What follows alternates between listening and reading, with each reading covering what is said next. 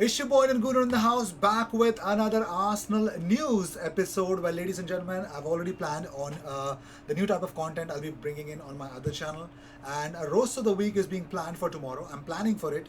I've got something in my mind that I'll definitely try to do. So with this, I would want to announce that on the second channel, there's going to be something special about FIFA. Content is coming up very soon. This week, definitely, I'm going to drop a video, and of course, I would want to start a series soon as well. So, without any further ado, let's just jump into the headlines that we got here. Number one, Gabriel Paulista's side Valencia lose 3-0, and they felt so bad that Gabriel Paulista, while giving an interview, was crying. Yes, he was in complete tears. And of course, talking about the transfer news, I'm not joking. The transfer on the thumbnail that you saw, Antoine Griezmann is available on the very cheap. Of course, he's available on the very cheap, and so is Rodrigo De Paul. Yes, ladies and gentlemen, should Arsenal actually go for them? If not, let me know in the comments. What do you guys feel about it? You guys don't comment, and that's the real sad part of making a video. You guys really don't interact much, and I feel bad about it. So please comment and let me know what you guys feel about it, and also hit that smash or break or destroy that like button. No, not your phone, just the like button, by hitting that like icon if you feel that you got anything interesting from the content. Number one, so former Arsenal star Gabriel Paulista breaks down in tears during emotional interview. Now, we all know that he plays for Valencia as a centre back, but his side lost 3-0 to Getafe, and the manager Javi Gracia, who was of former Watford.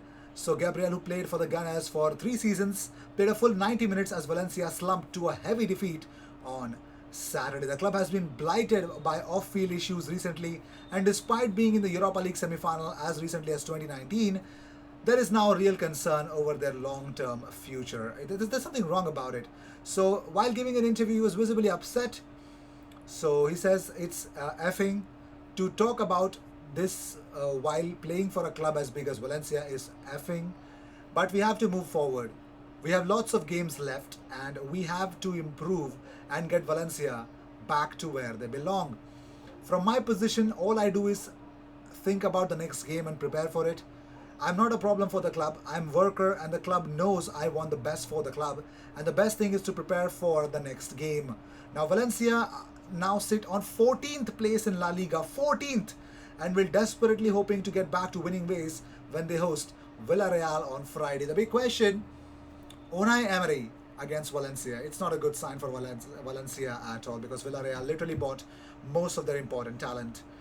Well, moving on, talking about more stuff, chances of making the top 4 according to 538. Well, of course, Man City is beyond 99%, Man United for 85%, Liverpool 61%, Leicester 48%, Chelsea 46%, West Ham 26%, Tottenham 14%, Aston Villa 8%, Everton 7%, and Arsenal have 5% chances according to 538 website, or rather the publication. According to them, there's a 5% chance for Arsenal to make it into the top 4. Whatever. Moving on, so Piers Morgan, after the victory of Arsenal against Leicester City, gets his revenge on Jamie Vardy by trolling him over 2-year-old tweet after Arsenal beat Leicester City. Now, on Feb 28th, yeah, of course, he said, "Hi Piers Morgan," and he used the same emoji, says, "Hi Vardy," and Rebecca Vardy, to which said that, "You alright, hun?" Piers Morgan with a laugh emoji. It was an exact replica of that. Piers Morgan tweeted out, "You alright, hun?" Rebecca Vardy. So yes, Piers Morgan taking the pace of both the Vardy named couple.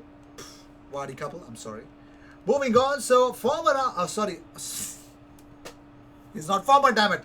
Arsenal striker Folarin Balogun has removed all posts, his profile picture and his bio from his Instagram account. Yes, Folarin Balogun has really removed all the content that he had from his Instagram account. Now, a lot of people are suspecting, you know what is done with Arsenal? Yeah, he's also removed Arsenal in his bio, if there ever was. But yeah, that's the fact. He's literally removed every single detail, any images that he had. Probably it's just that he might be concentrating on football. Probably there's something. There's a hint. But generally, when people, when footballers do something like this, it is that they want to force the club to actually give them the contract that they deserve, or rather, they're wanting to get what they deserve. That's what they're trying to do.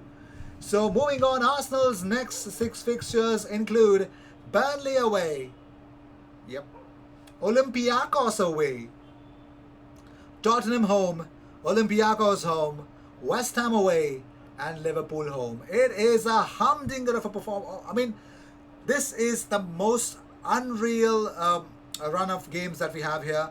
Burnley away, not at all a good sign. Olympiacos itself is not a good omen. Tottenham home, Liverpool at home, and West Ham away. Oh my God, against all the top teams we are going to face, and it's going to be a very important. Will Arsenal make any good progress? And let me know in the comments, what are you expecting for the next 6 games, next 6 fixtures of Arsenal? Will we actually win majority of the games, or what will happen? Let me know what you guys feel about it in the comments. Moving on, so Alan Shearer reveals the Arsenal quality that impressed him the most in that win against Leicester City. Now, Arsenal got back to winning ways, so this is what Alan Shearer had to say. He says, what was evident was their pressing. He actually spoke to BBC Sport about it. He says, they went after Leicester. They were all on the same page. They showed great character from coming back from a goal down. It didn't change their attitude. They pressed in 3s and 4s and constantly won the ball back. It didn't change second half. They chose when to go, and they went with energy. If they don't win the first one, they win the second. Some big performances from Willian and Pepe. That's what's led them down this season. Consistency. Too many times this season, I think they can go on and build from that performance today. Well, I hope, as an Arsenal fan, I just keep hoping that they would develop from those performances, man. If they don't, we're doomed. We're done. We're finished. We're over. It's done and dusted. It's all over. That's what it is going to be. Well, moving on, talking about more stuff, as I already mentioned, I made a video about it probably a couple of days back, or yeah, if I remember, it's a couple of days back, that Arsenal are looking to sign Wigan star striker Kyle Joseph. He's a target for Arsenal and Celtic at the moment, according to the Mirror. Well, Celtic would want to battle it out alongside Arsenal so that they can get the signature of this 19-year-old forward who has netted 5 goals for a struggling Latics side this season, with his potential being noted in Scotland and North London. So 2 clubs to battle it out for the signature of the youngster. If you don't know much about him, definitely go to YouTube and find some videos about him. He's definitely a decent, good amount of talent. The only ray of hope for the only positive side, the silver lining for Wigan Athletic this season, and probably might be leaving. Maybe in the summer, somebody else will definitely poach him. Moving on, so as I already mentioned an episode earlier today, that Barcelona might be looking at if Joan Laporta gets elected as the president of Barcelona, he would want to bring in Hector Bellerin, of course, but also Mikel Arteta to replace Ronald Koeman. This news was doing the rounds, but it took less than 10 to 12 hours to bust the bubble, because here we go, Arsenal boss Mikel Arteta is not an option to be Barcelona's new head coach if Joan Laporta wins the club's presidential election. Goal can confirm. Speculation over Arteta's future began to rise over the weekend, and reports that he could be in line to take the job at Camp Nou. However, Goal has learned that the Arsenal head coach has not been contacted by anyone associated with Barcelona over the role, and he is not under consideration to succeed Ronald Koeman in the dugout. Who even spreads these kind of things? It's just hilarious now. Moving on, so talking about hilarious people, it's Antoine Griezmann. Barcelona are willing to part ways with Antoine Griezmann for £50 million, according to OK Diario. While Man United and Paris Saint-Germain are keen on the World Cup winner because they seek a new centre forward. I don't know about Paris Saint-Germain. They really have a lot of talent. But Man United, I would say that they would want a striker. Barcelona are, according to OK Diario, willing to part with Antoine Griezmann this summer for just £50 million, 5-0. Should Arsenal actually go for him? The price tag is a little high, but if Alex Lacazette goes the other way, or rather anyway, should we actually go for Antoine Griezmann if he's available for £50 million? Let me know in the comments. Man United and Paris Saint-Germain, 2 long-standing suitors of the World Cup winning forward, are said to be keeping a close eye on developments at Parc des Princes. And talking about somebody else, Well, Liverpool are ready to make a £26 million move for Rodrigo De Paul, according to Tutto Udinese. Why aren't we even looking at that direction? £26 million is what was the price tag of Rodrigo De Paul. His through balls are slick, chick. It's really good. And Reds readying raid for Argentine midfielder. Liverpool, according to Tutto Udinese, lining up a £26 million bid for Rodrigo De Paul. That figure is set to fall short of Udinese's valuation, but interest in the Argentine midfielder is building, and the Reds intend to be at the front of the transfer queue. Now, everyone knows that's not the price tag that they would want to sell Rodrigo De Paul, because he's one of their valued assets.